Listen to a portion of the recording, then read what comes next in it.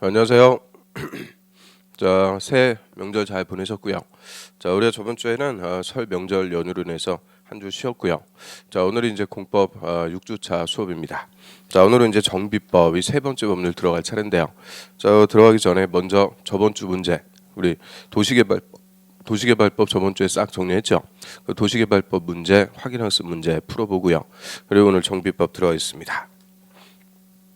그럼 문제 한번 보세요. 자, 1번 문제.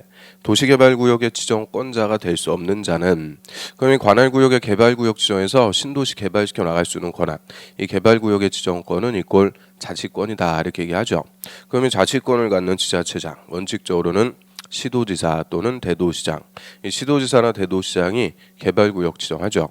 근데 예외적으로 국책사업이 있으니까 국토부 장관도 개발구역 지정을 할 수가 있어요. 그래서 3번이 정답이죠. 자, 군수 또는 구청장. 그럼 일반 시장이나 군수, 구청장. 자, 여자들은 기초지자체장으로서 원칙적으로 지정권이 없어요. 대신 시도지사한테 개발구역 지정을 요청만 할 수 있다 그러죠. 요청할 수 있는 거고, 자, 군수나 구청장은 지정권은 없습니다. 지정권자가 아니고요. 그다음에 2번. 자, 개발구역이 지정곳이 되면 원칙적으로 2개 결정곳이 된 걸로 본다. 의제가 되죠. 그럼 도시개발구역은 도시로 개발하려고 지정한 구역이니까 당연히 도시지역이 되죠. 그리고 관할구역의 일부 지역을 체계적으로 개발할 수 있게끔 지구단위 계획구역이 된다. 그래서 도시지역과 지구단위 계획구역 2개 결정곳이 된 걸로 봅니다. 그 다음에 3번. 개발구역이 지정곳이 된 날부터 2년이 될 때까지, 2년이 아니고 3년이 될 때까지 실시계획 인가 신청 안 하면 그 3년이 되는 날이 아니고 다음 날로 해제가 되죠. 저 개발구역의 원칙적 해제 사유 제일 중요한 거라고 그랬어요. 3년 내 실시계획 인가 신청 안 하면 다음 날로 해제가 됩니다. 이유는 자, 이 사업 안에서 해제다 이렇게 말씀드렸는데 3년 주는 이유. 자, 실시계획에 지구단위 계획이 포함되기 때문에 3년 내 실시계획 작성해갖고 인가 신청 안 하면 다음 날 해지시켜 버리는 거죠. 그 다음에 4번. 지정권자는 개발구역 전부를 환지 방식으로 시행할 때, 전부 돌려받는 환지 방식일 때는 자기들이 할 수 있게끔 개발구역의 토지 소유자 또는 조합을 시행자로 지정해서 여자들한테 우선권 주도록 하죠. 그래서 이 전부 환지 방식으로 개발 사업을 하기 위해서 토지 소유자가 만드는 단체를 조합이다라고 하고요. 그래서 5번에 조합 설립하려면 개발구역의 토지 소유자 적어도 7명 이상, 황야의 7인이라고 그랬죠. 7명 이상이 정관을 작성해서 지정권자에게 조합 설립 인가부터 받습니다. 그 다음 6번. 토지 소유자가 원할 때 토지 등의 매수대금, 여기서 매수대금의 의미는 보상금의 일부를 지급하기 위해서 개발사업으로 조성되는 토지나 건물로 상환하는 채권. 그럼 토지나 건물로 상환하는 채권이니까 토지 건물 상환 채권 줄여가지고 토지 상환 채권이라고 하고요. 자, 그럼 토지 상환 채권은 토지 소유자 원할 때 사후 현물 보상이라고 그랬죠. 사전에 현금으로 보상하는 게 아니고 나중에 땅으로 주겠다. 사후 현물 보상으로 발행하는 채권이고요.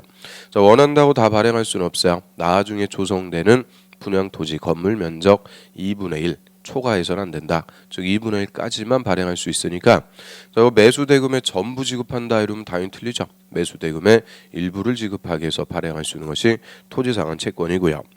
그 다음 7번. 개발구역에서 개발사업으로 조성되지 않은 상태의 토지. 자, 조성되지 않은 상태의 토지란 공사하기 전에 토지를 얘기하죠. 공사하기 전에 원상태의 토지를 원형지라고 하고요. 자, 그럼 원형지를 공급해서 획일적 개발의 단점을 보완하죠. 좀 멋지게 창의적인 개발이 필요하다. 일단은 원형지 공급할 수 있는데, 자, 원형지는 원칙적인 공급 방법은 아니니까 전체 개발구역의 3분의 1까지 원형지 세 글자니까 3 따가지고 3분의 1까지 공급할 수가 있고요. 그 다음 8번에 환지계획. 환지계획은 토지 교환계획이라고 그러죠. 종전 토지하고 나중에 조성될 토지를 토지 소유자에게 어떻게 잘 합리적으로 교환을 해줄지 작성하는 계획이고요. 자, 그럼 환지계획 작성할 때는 적응환지가 원칙이에요. 적응환지란 종전 토지와 환지의 7가지 위치, 지목, 면적, 토질, 수리, 이용상황, 환경. 자, 7가지 위지, 면토, 수, 이환 7개를 고려해서 합리적으로 환지를 정해준다. 그거를 정환지라고 그래요. 그다음에 9번. 자, 행정청이 아닌 시행자가 환지 계획을 작성한 때는 특별자치도지사 그리고 시장, 군수, 구청장에게 인가를 받습니다. 그래서 이 개발법에서 인가는 다 지정권자한테 가서 받는데 환지 계획의 인가 이것만 시군 구청장한테 받는 거죠. 환지 계획은 시군 구청장한테 인가받고요.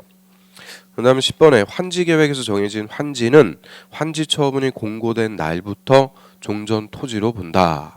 그럼 종전 토지로 본다 이 말의 의미는 이제 종전 토지 대신 환지에 새로 소유권 취득한다 그죠? 그래서 토지 소유자는 이제 종전 토지는 공사 끝나면 없어진 거죠. 종전 토지 대신 새로 개발해갖고 교환받은 땅 환지의 소유권을 취득을 해요. 자, 취득하는 것은 항상 언제라고 그랬어요? 다음 날. 그래서 환지 처분 공고 다음 날부터 종전 토지로 봐서 환지의 소유권을 취득하고요. 거꾸로 종전 토지에 있던 권리는 다 소멸하게 되죠. 소멸하는 것은 끝날 때. 그래서 끝날 때 소멸, 다음 날 취득 공식으로 딱 정리하고요. 그다음에 11번. 환지를 정한 경우 그 과부족분에 대한 청산금. 자, 청산금이라는 것은 종전 토지와 환지의 가액의 차이, 과부족이 생겼을 때 이 가액의 차이에 대해서 시행자가 금전으로 징수하거나 교부하는 것을 청산금이라고 합니다. 자, 이런 청산금은 환지 처분할 때 결정, 그리고 환지 처분 공고 다음 날 확정, 그리고 확정된 청산금을 징수하거나 교부하죠. 그래서 환지 처분할 때 결정, 공고 다음 날에 확정된다. 자, 여기까지 우리 도시개발법에서 주요 논점들 쭉 훑어봤습니다. 자, 오늘은 이제 기본서 365페이지 보겠습니다. 365페이지. 자, 우리 이제 공법의 세 번째 법률 정비법 보죠.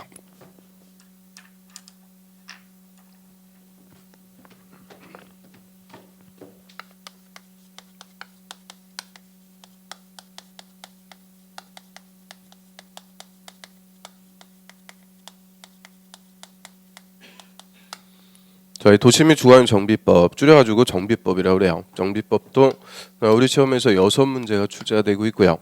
정비법은 도시군계획 사업의 하나인 정비사업의 절차법이라고 합니다.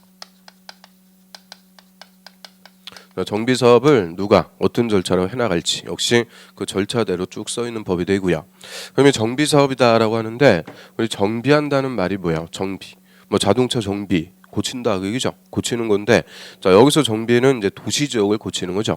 개발된 지 오래된 구도시 지역을 다시 고쳐가지고 즉 다시 개발시켜가지고 도시 기능을 회복시켜주게 한 사업, 뭐 재개발이라든지 재건축 사업 이런 것들을 우리가 정비 사업이다 이렇게 얘기하죠. 고쳐주는 거예요. 그러면 정비 사업은 정비법에 규정한 대로 보면 정비구역 또는 가로구역에서 합니다. 그러면 정비구역이라는 것은 정비사업 하려고 지정한 구역이고요. 가로구역이라는 말도 매주 나오게 되죠. 가로구역은 도로로 둘러싸인 일단의 대지. 우리 가로라는 말이 도로죠. 그래서 도로로 둘러싸인 대지를 가로구역, 소위 블록이라고 그래요. 그래서 이 정비구역 또는 가로구역에서 두 가지 합니다. 정비 기반 시설을 정비한다 그래요. 정비 기반 시설. 그래서 기반시설 도로나 상하수도 이런 것들 열악하니까 다시 깔아주는 거죠. 다시 설치해줘요. 기반시설도 새로 설치해주고 그 다음에 오래된 건물입니다. 오래된 건물 노후 불량 건축물. 저희 노후 불량 건축물을 철거해가지고 다시 짓는 거죠. 개량 건설. 그래서 이 두 가지예요. 기반시설도 새로 설치해주고 건물도 철거해갖고 다시 짓고 함으로써 이런 개발된 지 오래된 구도시 지역을 다시 개발시켜주는 사업을 정비사업이다라고 하고요. 그런데 이 정비사업은 종류 자체가 6가지가 있어요. 6가지.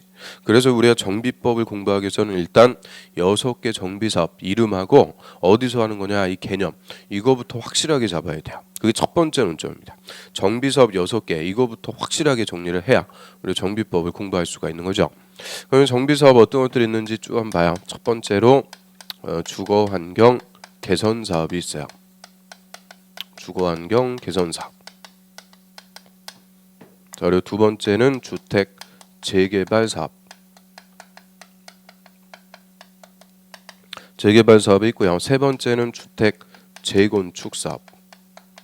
자, 우리 재개발한다, 재건축한다 하는데 정확한 이름은 요거예요. 주택 재개발 사업과 주택 재건축 사업. 그 다음에 네 번째는 도시환경 정비사업.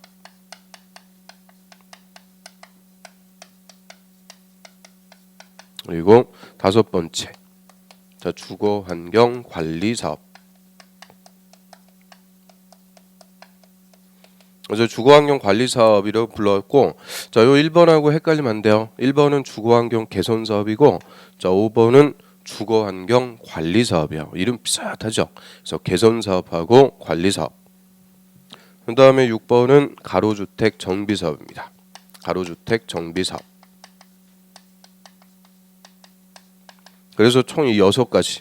자, 6가지를 합쳐가지고 우리 정비사업이다라고 하고요. 자, 이름도 비슷하고 이 또 성격도 비슷하니까 이거 확실하게 구분하셔야 돼요. 그래서 이 6개 사업 다음 주에는 요거 애워 갖고 쓸 수 있느냐 그거 갖고 시험에서 물어볼 거예요. 그래서 정비법은 일단 6개 사업 이름부터 확실하게 알아야 되죠. 자, 하나씩 정리해 봅니다. 자, 먼저 주거환경 개선 사업은 도시 저소득 주민이 집단으로 거주하는 지역이다. 그럼 도시 지역에서 제일 못 사는 사람들이 사는 동네, 그거를 달동네라고 그러죠. 그래서 이게 종전까지는 달동네 개선 사업 이렇게 불렀어요. 달동네 개선 사업. 그런데 좀 이제 어감이 안 좋다 그래가지고 순화해서 주거환경 개선 사업 이렇게 바꿔줬는데, 자, 별로 와닿는 거 없으니까 주거환경 개선 사업은 달동네 개선 사업이다 이렇게 생각하시면 돼요. 그럼 달동네니까 정비 기반시설, 이 기반시설이 그냥 안 좋은 게 아니죠. 아주 안 좋습니다. 도로나 상하수도 같은 정비 기반시설이 극히 열악하다. 극히 열악. 그래서 우리 달동네는 겨울에 연탄 배달하는 동네다 이렇게 생각하시면 되죠. 연탄 배달하고 그런 아주 안 좋은 동네. 정비 기반시설이 극히 열악하고요. 자, 노후불량원 추물은 그냥 밀집이 아니고 과도하게 밀집, 따닥따닥 밀집해 있었고 기반시설도 제일 안 좋고 건물도 가장 많이 붙어있는 이런 가장 안 좋은 달동네를 다시 개발하는 사업이 주거환경 개선 사업이라고 그래요. 그 다음에 이제 재개발 사업은, 자, 이거는 단독주택 밀집 지역입니다. 단독이나 빌라가 밀집해 있는 곳 도시가스 다 들어가는데 주차장 같은 게 안 좋죠. 그래서 정비 기반시설이 그냥 열악하고요. 자, 노후불량원 추물이 그냥 밀집해 있는 좀 후진 동네요. 안 좋은 동네 이거 다시 개발시키는 것이 재개발 사업. 그 다음에 재건축 사업은 재건축 아파트 하는 거죠. 아파트. 그래서 아파트 단지는 주차장까지 완비가 돼 있기 때문에 정비 기반시설은 좋아요. 기반시설은 양호한데 단지 오래된 아파트가 밀집해 있어가지고 그 아파트 철거하고 다시 짓는 게 재건축 사업이 되죠. 그래서 재건축은 이름대로 건물만 다시 짓는 거고 재개발은 아예 그 동네를 다시 개발시켜주는 거죠. 그래서 일단 1번, 2번, 3번 이 세 개 사업은 도시지역 중에서도 주거지역에서 하는 거죠. 자, 건물은 주택을 놓고 하는 사업이 돼요. 주거지역에서 주택을 대상으로 한다라고 하는데, 자, 요 세 개 사업의 이제 차이점이 있죠. 자, 뒷부분 노후불량 건물 밀집은 뭐 다 똑같아요. 다 밀집해 있고 앞부분이 차이점이죠. 정비 기반시설이 얼만큼 안 좋냐 요걸로 구분돼요. 정비 기반시설이 극히 열악하다 그러면 주거환경 개선, 그냥 열악하면은 재개발, 양호하다 그러면 재건축이에요. 그래서 재건축 사업은 정비 기반시설이 양호하다. 이게 가장 큰 특징입니다. 기반시설이 좋다는 거죠. 그러면 도로나 상하수도 이런 기반시설을 새로 설치해 주기 때문에 우리 정비 사업도 공익 사업이다 그래요. 공익성을 갖는 사업인데 재건축은 어때요? 정비 기반시설 양호하니까 이거 안 하죠. 이거 안 한다는 것은 한마디로 공익 사업이 아니다 그 얘기입니다. 공익 사업이 아니기 때문에, 자, 우리 공익 사업에서 인정하는 권리 대표적으로 수용권 같은 거 있죠.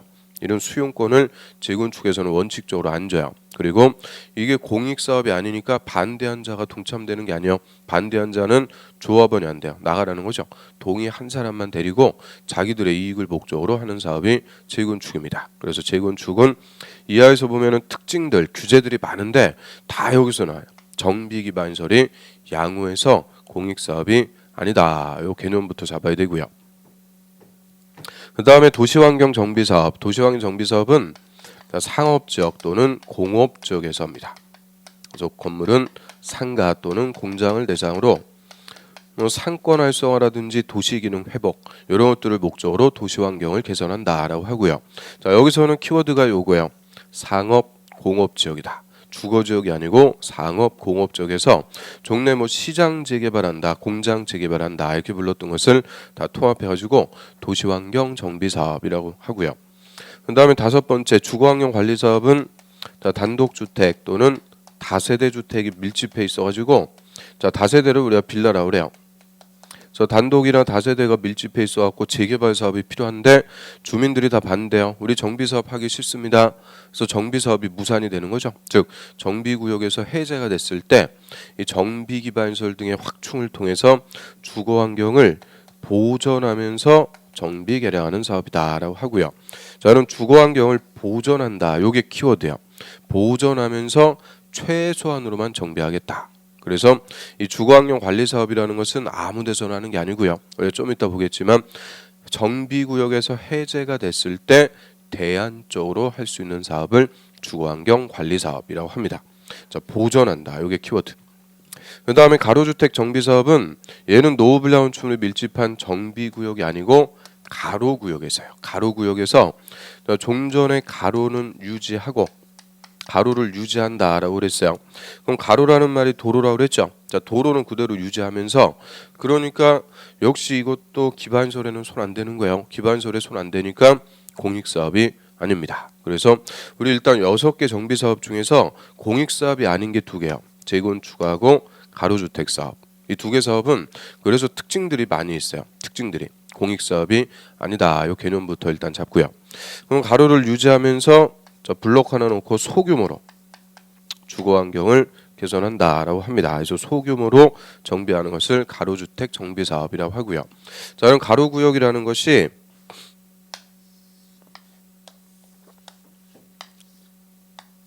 자, 이렇게 이제 도로로 둘러싸인 일단의 대지, 이걸 우리가 가로구역이라고 그러죠.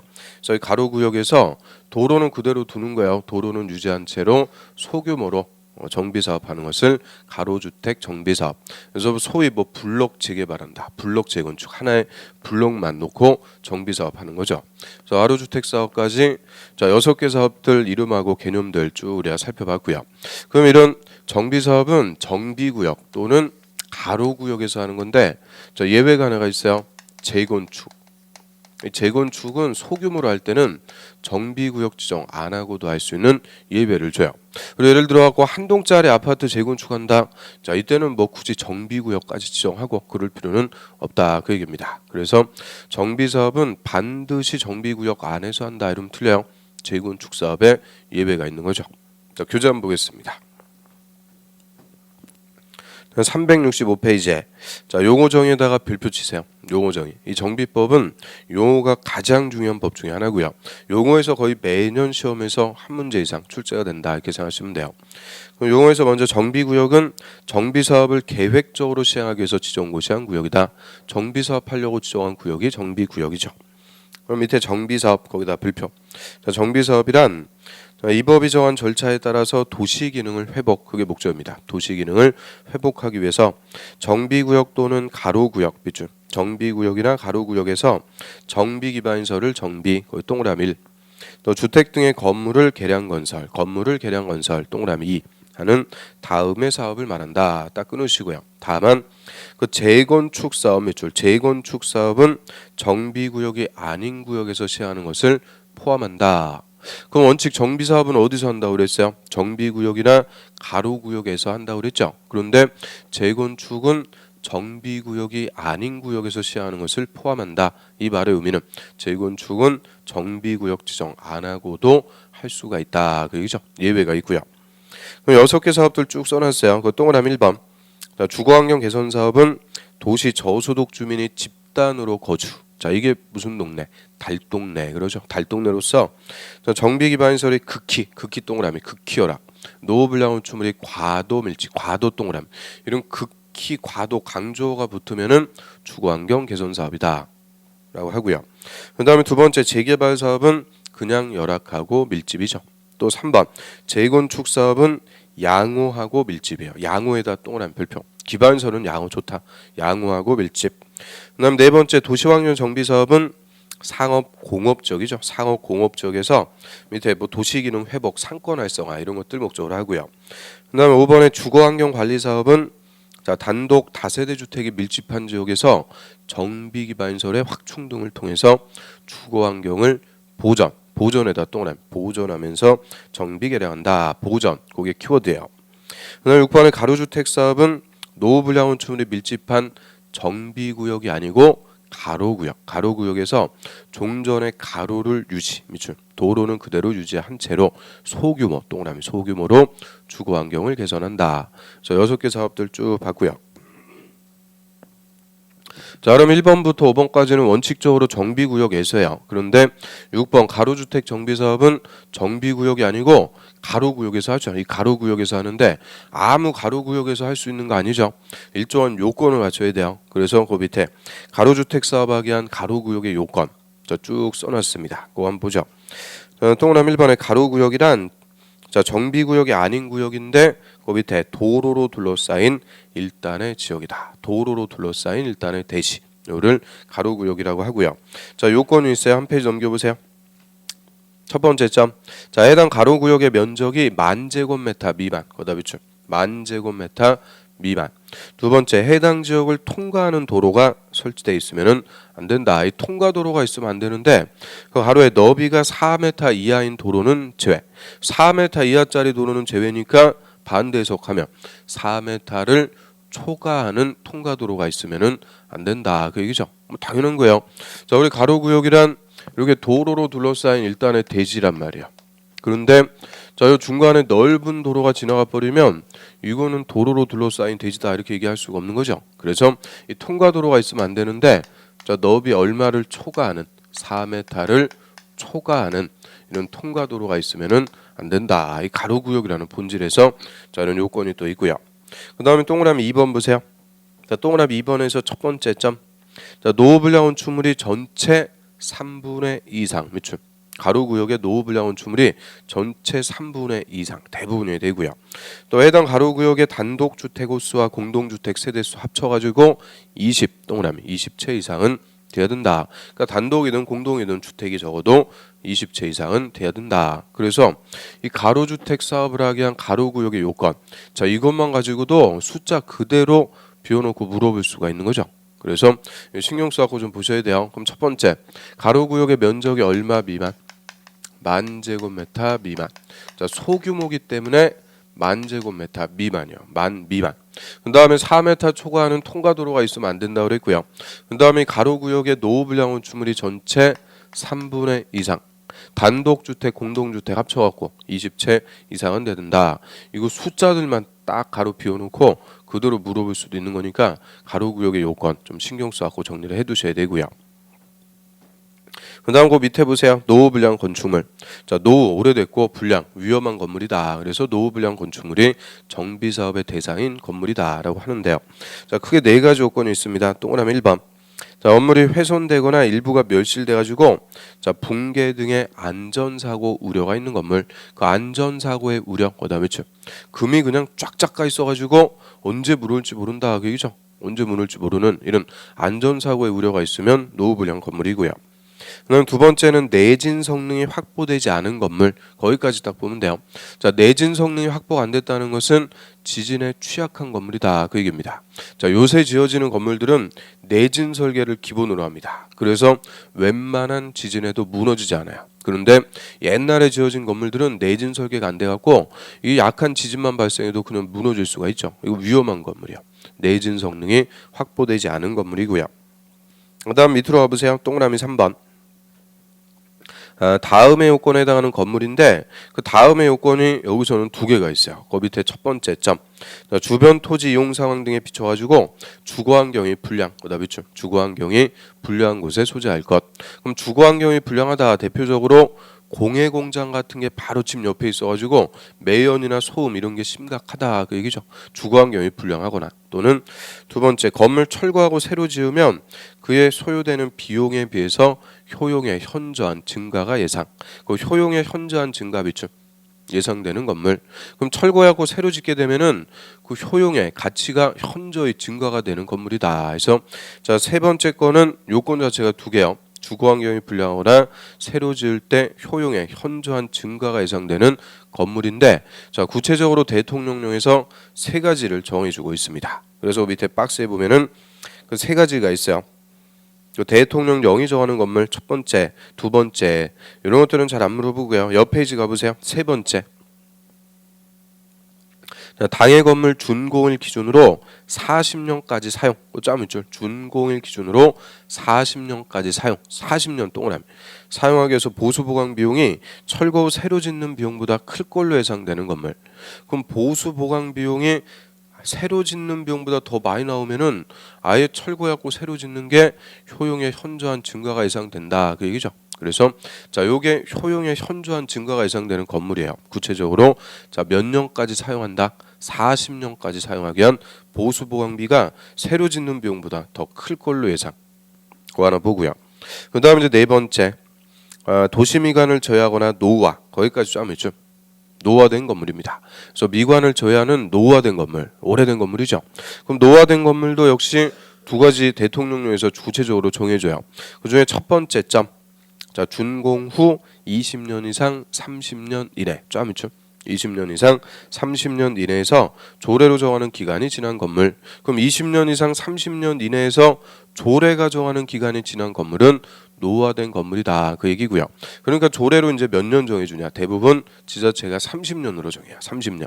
그래서 우리 재건축할 수 있는 아파트 한마디로 몇 년 지나면 되는 거냐? 30년. 30년 지나면 노후화된 아파트로 봐서 재건축할 수가 있어요. 그래서 자 노후화된 건물은 한마디로 몇 년이요? 그 30년.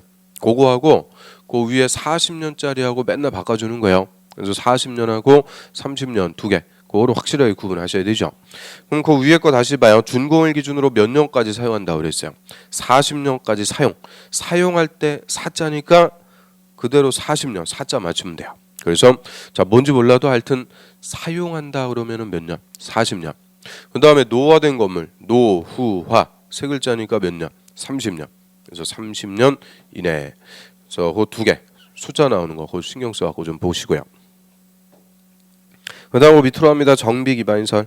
자, 정비기반시설은 기반시설인데 정비사업과 관련된 기반시설. 즉 정비사업하면서 새로 설치해주는 기반시설이니까 우리가 주변에 흔히 볼 수 있는 것들 얘기해요. 자 도로부터 다 동그라미 치세요. 도로, 상하수도, 공원, 공용주차장, 공동구. 자 공동구는 우리 국토법에서 배웠던 공동구 얘기합니다. 자 공동구가 뭘까요? 지하 매설물을 공동으로 수용하기 위해서 지하에 설치하는 큰 시설물, 터널을 얘기하죠. 공동구. 그럼 우리 국토법에서 자 정비구역 등의 면적이 얼마를 초과하면은 공동구도 시행자 의무적으로 설치해야 돼요. 200만 제곱미터 초과. 200만 제곱미터 초과하면 시행자 공동구도 다 의무적으로 설치하는 거죠.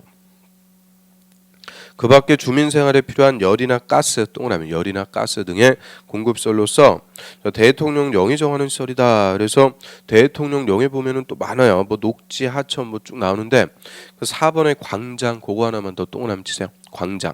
그래서 동그라미 친 게 7개요. 그거 외워야 돼요. 도로, 상하수도, 공원, 공용주차장, 공동구, 열이나 가스, 광장까지. 특히 광장은 24회 때 그대로 정답이었어요. 그래서 정비기반시설 7개 외워야 되는 이유는 그 밑에 공동이용설하고 맨날 바꿔갖고 물어봐요. 자, 공동이용설은 기반시설은 아니에요. 기반시설은 아닌데 주민이 공동으로 사용하는 뭐 놀이터, 마을에 간 공동작업장, 뭐 그밖에 대통령령 보면 또 많죠. 구판장, 세탁장, 화장실, 밑에 어린이집, 경로당 뭐 등등등 해가지고 많아요. 그래서 정비기반시설이냐 공동이용설이냐 이거 가지고 구분할 수 있는지 잘 물어봅니다. 24회 때는 단독 기출인데 그럼 뭐 두 개를 다 외우고 그럴 필요는 당연히 없는 거죠. 뭐만 확실하게 보면 된다. 정비기반시설.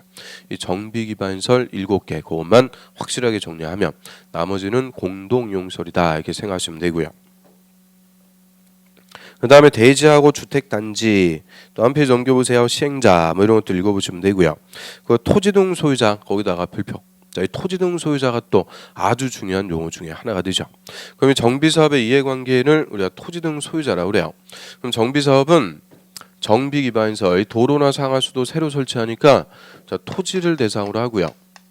그 다음에 건물도 철거하고 다시 지니까 건물도 다 대상으로 하죠. 그래서 토지하고 건물을 다 대상으로 하는 사업이 정비사업이 되니까 정비사업의 이해관계는 토지 소유자, 건물 소유자 다 돼요.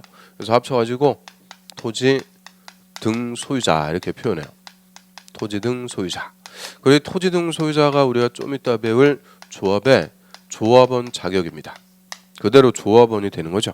그래서 조합원 자격으로 물어볼 수도 있고 토지 등 소유자 용어 자체로 물어볼 수도 있어요. 매년 물어보니까 이 토지 등 소유자 개념 핵심이에요. 그럼 일단 이 토지 등 소유자 개념이 다른 게 재건축만. 6개 사업 중에서 재건축만 달라요. 그래서 재건축 요거부터 먼저 보죠. 그럼 재건축에서는 토지 등 소유자. 자, 이 건물 다시 짓는 거니까 당연히 뭐를 소유하고 있어야 되냐? 건물 소유하고 있어야 되죠. 건물. 그런데 건물만 소유하는 게 아니고 그 부속 토지까지. 건물과 부속 토지를 다 소유하고 있는 자만 재건축에서는 토지 등 소유자가 됩니다. 즉 조합원이 된다 그래요. 그러면 건물 미시니까 엔드요. 건물과 부속 토지까지 다 소유하고 있는 사람만 재건축에서는 토지 등 소유자다 이렇게 얘기하죠. 이거 쉽게 얘기하면 한마디로 누구가 있어요? 자, 아파트 소유자 얘기합니다. 우리 재건축을 아파트 놓고 하니까 아파트 소유자를 법에서 이렇게 쓰는 거예요. 그 우리 아파트 소유하고 있다. 몇 동 몇 호 건물만 소유하는 거 아니죠. 뭐까지 갖고 있어요? 대지의 지분. 그게 부속 토지의 소유권이니까 자, 아파트 소유자를 법에서 어떻게 쓴다고요? 건물 및 부속 토지의 소유자 이렇게 얘기하고요. 그다음 이제 나머지 사업이요. 나머지 이외의 사업일 때 이때는 다 됩니다. 자, 토지만 소유하고 있어도 되고요. 토지 소유자. 또 건물만 소유하고 있어도 돼요. 건물 소유자. 또 지상권 갖고 있어도 돼요. 지상권자. 그래서 재건축이 아닌 나머지 사업에서는 토지 소유자, 건물 소유자, 지상권자 다 토지 등 소유자, 조합원이 된다 그 얘기죠. 그래서 이 재건축 사업에서만 개념이 다른 거니까 맨날 시험에서는 뭐 갖고 물어보겠어요? 재건축. 재건축에서 누가 토지 등 소유자인지 확실하게 구분을 해두셔야 되죠. 자, 교재 한번 봅니다. 자, 동그라미 1번에 주거환경 개선 그리고 재개발, 도시환경 정비 또는 주거환경 관리 사업의 경우에는 정비구역 밑줄, 정비구역에 소재한 토지 또는 건물 소유자. 자, 이 풀어갖고 얘기하면 어떻게 돼요? 토지 소유자, 토지 동그라미, 건물 소유자, 건물 동그라미 또는 끝에 지상권자 동그라미. 그 다음 그 밑에 동그라미 3번 먼저 봐요. 가로주택 정비사업은 가로구역 밑줄, 가로구역에 있는 토지 동그라미, 건물 동그라미 소유자 또는 지상권자 동그라미. 그러면 그 위에 동그라미 1번하고 동그라미 3번하고 개념은 같은 거죠. 다만 동그라미 1번은 정비구역에 있는 거고 동그라미 3번은 가로구역에 있는 거다. 이것만 다른 거지. 자, 토지 등 소유자 개념은 같은 거예요. 그래서 1번하고 3번은 같은 거고 그 위에 동그라미 2번 재건축 사업 요것만 다르다 그랬죠. 자, 재건축도 어쩌고저쩌고 길게 써놨는데 첫 번째 점 그것만 보면 돼요. 재건축은 정비구역에 소재한 건물 및 부속 토지의 소유자, 짬미출 건물과 부속 토지를 다 소유하고 있는 자만 토지 등 소유자가 된다 그 얘기죠. 그다음 그 밑으로 갑니다. 이제 주택공사 등, 주택공사 등. 자, 두 개요. 토지주택공사 밑줄, 한국토지주택공사 그리고 밑에 줄에 지방공사 밑줄. 토지주택공사와 지방공사를 합쳐가지고 주택공사 등이라고 하고요. 그다음에 정관 등. 자, 정관 등이 중요한 게 아니고 그 정관 등에서 동그라미 3번 보세요. 특별자치시장, 특별자치도지사 그리고 시장, 군수, 구청장. 자, 하루에 이하 시장, 군수라 한다 이렇게 써 있어요. 이하 시장, 군수. 그럼 시장, 군수의 밑줄. 그럼 이하에서 이제 정비법의 시장, 군수라고 하면은 그 5명을 얘기한다. 그 우리 알아야 되죠. 특별자치시장, 특별자치도지사, 시장, 군수, 구청장. 5명이에요. 근데 특별자치시장하고 특별자치도지사는 가로 묶어갖고 생략합니다. 자, 이 사람들은 뭐 그닥 중요한 사람이 아니라고 그랬죠. 그래서 시장, 군수, 구청장인데 이걸 이하에서는 시장, 군수 이렇게 쓰니까 항상 정비법에서 시장, 군수 하면은 누구까지 포함이냐? 구청장까지 포함되는 개념이다. 그거를 주의하셔야 돼요. 정비법은 시장, 군수 이렇게만 얘기해도 구청장이 포함된다. 그래서 용어들 쭉 봤고요. 그 밑에 23의 기출문제 한번 봐요. 정비법 용어에 관해서 틀린 것은 1번 건물이 훼손되거나 일부가 멸실돼서 붕괴 등의 안전사고의 우려가 있는 건물은 노후불량 건축물이다. 자, 안전사고의 우려가 있다. 언제 무너질지 모른다 그 얘기죠. 노후불량 건물 맞고요.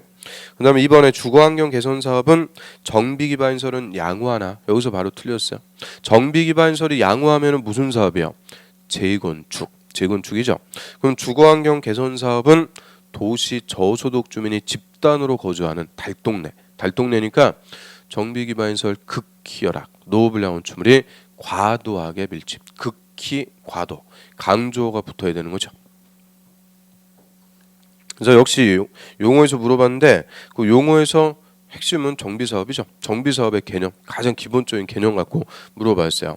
그래서 이 정비법은 용어 자체가 만만치가 않아요. 그럼 그 중에서도 제일 중요한 건 당연히 정비사업, 개념, 종료, 이거를 확실하게 알아야 되죠. 그리고 두 번째, 정비사업의 대상이 되는 거, 정비기반시설, 얘는 공동이용시설하고 구분해서 알고 있어야 되고요. 그 다음 노후불량 원추물, 요것도 요건 자체가 네 가지가 있는데 그 중에서 두 개 우리 숫자 나오는 거, 하여튼 사용한다 그러면 몇 년이라고 그랬어요? 40년, 40년까지 사용. 그 다음에 노후화된 건물이다 그러면은 몇 년? 30년, 30년. 그래서 40년하고 30년짜리 확실하게 구분하고요.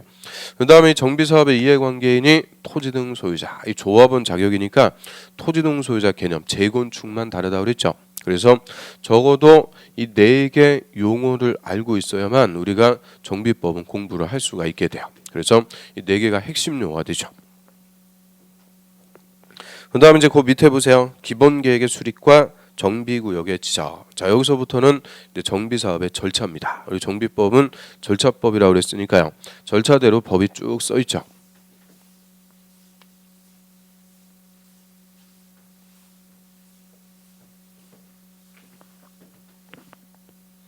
자, 그럼 일단 저희 관할구역에 정비사업 할 곳이 많은 큰 도시에서는 첫 번째 이 정비 기본 계획. 자, 요거부터 의무적으로 수립한다 그래요. 그럼 정비 기본 계획, 이 기본자가 붙으면은 다 방향 제시하는 계획이죠. 방향 설정. 그래서 관할구역에 정비사업 할 곳을 파악해가지고 자, 앞으로 어떻게 정비사업을 해나갈지 이 관할구역에 정비사업의 지침 또는 방향 설정하는 계획이다. 그래서 관할구역은 이 기본 계획이 정한 대로 정비사업을 시행을 해나가게 되죠. 그래서 관할구역에 정비사업 어떻게 해나갈지 그 방향 제시 또는 지침이 되는 계획이고요.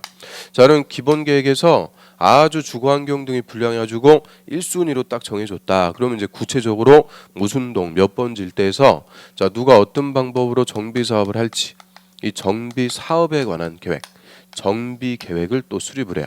그럼 정비 계획은 요거는 이제 정비 사업의 구체적인 내용을 정하는 계획이라고 그래요. 그 구체적으로 정비 사업을 어떻게 해나갈 거냐 정하는 계획이 되고요.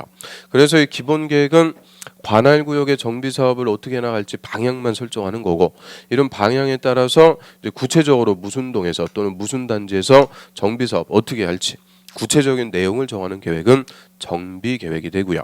저는 정비 계획에 따라서 여기서 정비 사업 합니다. 정비 구역을 지정합니다. 정비 구역을 지정. 그리고 이제 사업하게 되죠. 그래서 여기까지를 이제 사업을 하기 위한 전제 조건 1단계라고 그래요. 정비 구역 지정해 놓고 사업하는 것이 원칙이 돼요. 1단계인데 저 1단계 다 적용 안 하는 사업이 있어요. 가로주택 정비 사업.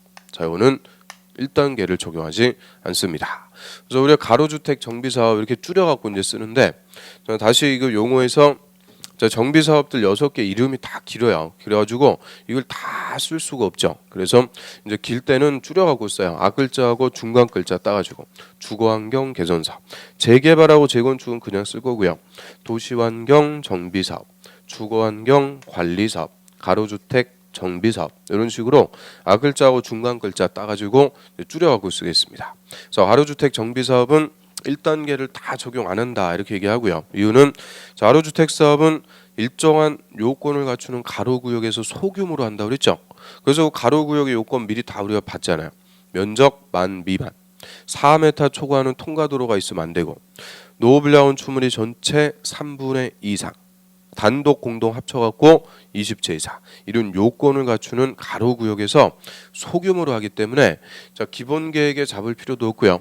정비 계획 수립해서 정비 구역 지정하고 하는 사업이 아닙니다. 그냥 일정한 가로구역에서 사업을 한다. 그래서 1단계를 다 적용 안 하는 거죠.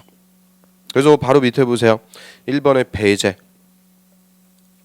자, 가로주택 정비 사업은 3조 기본계획과 4조 정비계획 수립에서 정비구역 지정 다 적용하지 않는다. 1단계를 다 배제합니다. 그 다음에 한 페이지 넘어갑니다. 자, 정비 기본계획의 수립 줄여갖고 기본계획이라고 그래요. 그럼 정비 기본계획은 관할구역 정비사업의 방향 지침이 되는 계획이다라고 하고요. 수립권자 의무입니다. 원칙 의무. 특별시장, 광역시장, 특별자치시장, 특별자치도지사는 가로로 묶어갖고 생략하고요. 특별자치시장하고 특별자치도지사는 그닥 큰 의미는 없어요. 또는 시장은 그러면 특별시장, 광역시장 또는 시장은 짜면줄. 자, 이거 앞글자만 읽으면 특광시장이 돼요. 특광시장은 다음 사항이 포함된 기본계획을 10년 동그라미 10년 단위로 수립해야 된다. 10년 단위로 수립해야 된다. 자, 의무입니다. 그리고 일단 박스 밑에 보세요. 가로 2번의 예외. 다만 자, 대도시가 아닌 경우 도지사. 그 도지사 앞에서 가로 딱 묶으세요. 도지사가 기본계획 수립이 필요하다고 인정하는 때를 제외하고 가로 닫고 기본계획 수립하지 아니할 수 있다. 그럼 이게 이제 단서예요. 수립하지 않을 수 있다. 그 말은 수립할 수도 있고 안 할 수도 있고 의무가 없다 그 얘기입니다. 의무가 없다 그 얘기인데 자, 단서가 또 헷갈리게 써 있으니까 그 가로 묶은 거는 빼버리고 읽으면 돼요. 그러면 대도시가 아닌 경우에는 기본계획을 수립하지 아니할 수 있다. 그럼 대도시가 아닌 일반시는 수립할 수도 있고 안 할 수도 있고 의무가 없다 그 얘기죠. 그래서 일단 기본계획의 수립권자부터 봐요. 정비기본계획은 특별시장, 광역시장, 시장. 자, 여자들이 관할구역에 의무적으로 수립해야 돼요. 정확하게 하면 여기서의 시장은 대도시의 시장을 얘기합니다. 그래서 특별시장, 광역시장, 대도시장 이자들은 기본계획 의무적 수립. 그럼 대도시가 아닌 일반시의 시장은 수립 안 한다가 아니요 할 수도 있고 안 할 수도 있고 임의적입니다. 임의적으로 수립할 수가 있고요. 그럼 일단 절대 이 기본계획의 수립권자가 될 수 없는 사람 거기다 하나 쓰세요. 군수 X. 절대 군수는 수립권자가 안 됩니다. 자, 우리 국토법이나 대부분 보면은 특광시장 군수 이렇게 가죠. 특광시장 군수. 그런데 정비기본계획은 특광시장 군수가 수립한다 이렇게 이러면 틀려요. 군수는 절대 안 된다는 거예요. 그러면 저희 기본계획 의무적으로 수립하는 시들 한번 봐요. 특별시, 광역시, 대도시. 이거도 한마디로 작은 시가 아니고 큰 도시 얘기하는 거죠. 큰 도시. 그래서 이 기본계획은 큰 도시에서만 의무적으로 수립한다 이렇게 생각하시면 돼요. 큰 도시. 왜 그러겠어요? 자, 우리나라에서 제일 큰 도시 서울특별시. 그러면 서울특별시 관할구역에 저 강북 지역에 재개발이 필요한 안 좋은 동네들 많이 있죠. 옛날 동네들 재개발할 곳들. 또 강남 지역에 30년 이상 돼가지고 재건축을 아파트 단지들 많아요. 즉 서울특별시 관할구역만 보면 이 재개발이나 재건축 같은 정비사업 할 곳이 점점이 엄청 많아요. 거의 300여 개소가 넘습니다. 그럼 서울특별시에서만 이 정비사업 할 곳이 이렇게 많아요. 300여 개소가 되는데 이거 하고 싶다고 한 방에 다 할 수가 있을까요? 안 돼요. 재개발 같은 거 하기 위해서 철거해서 공사 들어가면 이 사람들 다 공사하는 기간 동안 전세 수요로 나와야 되는데 안 그래도 지금 전세방 부족한데 이 전세 대란 터집니다. 이거 감당 안 돼요. 그래서 이런 관할구역에 정비사업 할 곳들이 많으니까 당연히 순서를 매겨줘야 되는 거죠. 제일 후진 동네부터 또는 후진 단지부터 정비사업 하겠다 이런 순서를 매겨야 돼요. 그래서 자, 제일 안 좋은 동네부터 1순위로 재개발하자. 이거 끝나면은 그 다음에 2순위로 재건축하자. 이런 식으로 관할구역에 정비사업 할 곳이 많으니까 뭐부터 할 거냐 순서를 매겨주기 위해서 수립하는 계획이 기본계획이다 이렇게 생각하시면 되죠. 그러면 저는 큰 도시에서는 사업할 곳이 많으니까 기본계획 의무적으로 수립. 일반시는 사업할 곳이 많으면 수립할 수도 있는 거고요. 근데 저 시골 군적 시골에서는 정비사업 할 곳이 있어요 없어요? 없어요. 그러니까 군수는 수립할 이유 자체가 없는 거예요. 그래서 뭐 꼭 애우고 그럴 필요 없는 거죠. 의미만 이해하시면 돼요. 관할구역에 정비사업 할 곳이 많으니까 뭐부터 할지 순서 매기려고 수립하는 계획이 기본계획이고 그래서 큰 도시에서만 의무적으로 수립하는 계획이다 이렇게 생각하면 되죠. 그래서 다시 그 위로 가보세요. 기본계획의 내용 박스에 나오죠. 자, 동그라미 1번의 정비사업의 기본 방향 또 밑에 계획기간 계획기간은 10년이 될 거예요. 10년. 또 3번의 인구나 건물, 토지용, 정비기반시설 등등의 현황. 이게 현황 조사한다 그래요. 얼만큼 안 좋냐 이거 따져봐야죠. 후진 동네, 후진 단지 이거 현황 조사해서 쭉 내려보세요. 9번. 정비구역으로 지정할 예정인 구역, 즉 정비예정구역의 계략적 범위를 정하는데, 자 앞으로 여기다 정비구역 지정하겠습니다. 이거 정비구역 지정한 거예요, 안 한 거예요? 안 한 거죠. 앞으로 여기서 정비사업 하겠습니다. 정비예정구역, 요거는 정비사업 할 곳이요. 어디서 할지 정비사업 할 곳을 파악해서, 자 한 방에 못한다고 그랬죠. 10번 단계별 정비사업 추진계획, 요게 우선순위요. 1순위, 2순위, 3순위 순서를 매겨주는 거죠. 그래서 이 기본계획의 내용들이 많은데 그 중에서 9번하고 10번 두 개가 핵심이요. 자 어디서 정비사업 할 거고 뭐부터 할 거냐, 이거 순서 매겨주는 계획이 기본계획이다, 이렇게 생각하시면 되죠. 그럼 예를 들어서 저희 서울특별시에 우리 동네도 재개발 좀 해줬으면 좋겠는데, 특별시 정비 기본계획 보니까 우리 동네는 1순위, 2순위 아무것도 표시가 안 돼 있어요. 그 말은 10년까지는 사업 안 한다, 그 얘기입니다. 그래서 이 관할구역에 정비사업 하려면 일단 뭐에 잡혀야 되냐, 이 기본계획에 잡혀야 그 순서에 따라서 정비사업을 시행을 하게 되는 거죠. 자, 다음에 이제 옆 페이지로 와보세요. 자, 수립 절차인데 뭐 수립 절차 자체가 중요한 게 아니에요. 맨 똑같아요. 뭐 의견 듣고 협의하고 심의 거치는 거고. 자, 한 페이지 넘겨보세요. 그 동그라미 3번의 도지사의 승인, 그거 봅니다.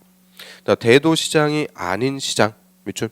대도시가 아닌 시의 시장은 기본계획을 수립 변경했으면 도지사의 승인, 밑줄. 도지사에게 승인 받아야 된다. 거기까지 봐요. 그럼 일반 시장은 수립할 수도 있고 안 할 수도 있다고 그랬죠. 수립했을 때는 도지사한테 승인까지 받아야 됩니다. 도지사 승인. 그 다음 밑에 보세요. 가로 3번에 동그라미 2번 보고. 자, 특광시장은 기본계획을 수립 변경한 때는 그 밑에 줄 국토부 장관에게 보고, 밑줄 국토부 장관에게 보고한다. 보고하는 거예요. 자, 이거를 예전에 국토부 장관의 승인 받는다 해서 틀리게 물어봤어요. 승인 X. 자, 이 정비사업, 재개발이나 재건축 이런 사업은 철저하게 지자체가 하는 거예요. 국가의 감독 승인 필요 없어요. 그래서 국토부 장관에게 승인 받는다 이런 거 정비법에 일체 없습니다. 그래서 국토부 장관에게 보고만 하면 된다. 보고만 하면 되고요. 그럼 좀 전에 기본계획 수립해갖고 승인 받는 거는 누구였어요? 대도시가 아닌 일반시의 시장만 도지사한테 승인 받는 게 있었죠. 절대 국토부 장관의 승인은 없어요. 그냥 국토부 장관에게 보고하고요. 그 다음 밑에 3번의 타당성 검토. 자, 특광시장은 기본계획에 대해서 5년, 동그라미 별표 5년마다 타당성 검토해서 반영해야 된다. 그럼 이제 묶어가지고 우리가 봐요. 자, 특광시장은 몇 년 단위로 기본계획 수립? 10년 단위로 수립해서 끝나는 거 아니고요. 5년마다 타당성 검토하고 수정해 나갑니다. 자, 이런 계획을 우리가 과정계획이다라고 하죠. 그래서 처음에 이제 10년 단위로 수립했어요. 5년 정도 지나면은 급속도로 노화되는 동네가 있을 수가 있죠. 그런 동네는 다시 반영을 시켜줘야 되니까 한 번 수립하면 끝나는 거 아니에요. 5년마다 타당성 검토하고 수정 고쳐 나가는 거죠. 그리고 항상 우리 타당성 검토하는 주기는 몇 년? 5년. 왜 5년이요? 타당성 검토 5글자니까 5년. 딱 정리하면 되죠. 그다음 밑에 4번의 기본계획의 작성 기준. 자, 기준이니까 국토부 장관이 정합니다. 이거 뭐 국토법부터 할 땐 예외가 없어요. 계획의 기준은 무조건 누가 정하는 거다. 국토부 장관이 정해주게 되죠. 자, 옆 페이지로 합니다. 그 문제 있죠. 정비 기본계획에 관해서 옳은 것은 했는데, 자, 옳은 것은 1번 기본계획은 20년 단위로 수립한다. 20년이 아니고 10년 단위로 수립해서 5년마다 타당성 검토하고요.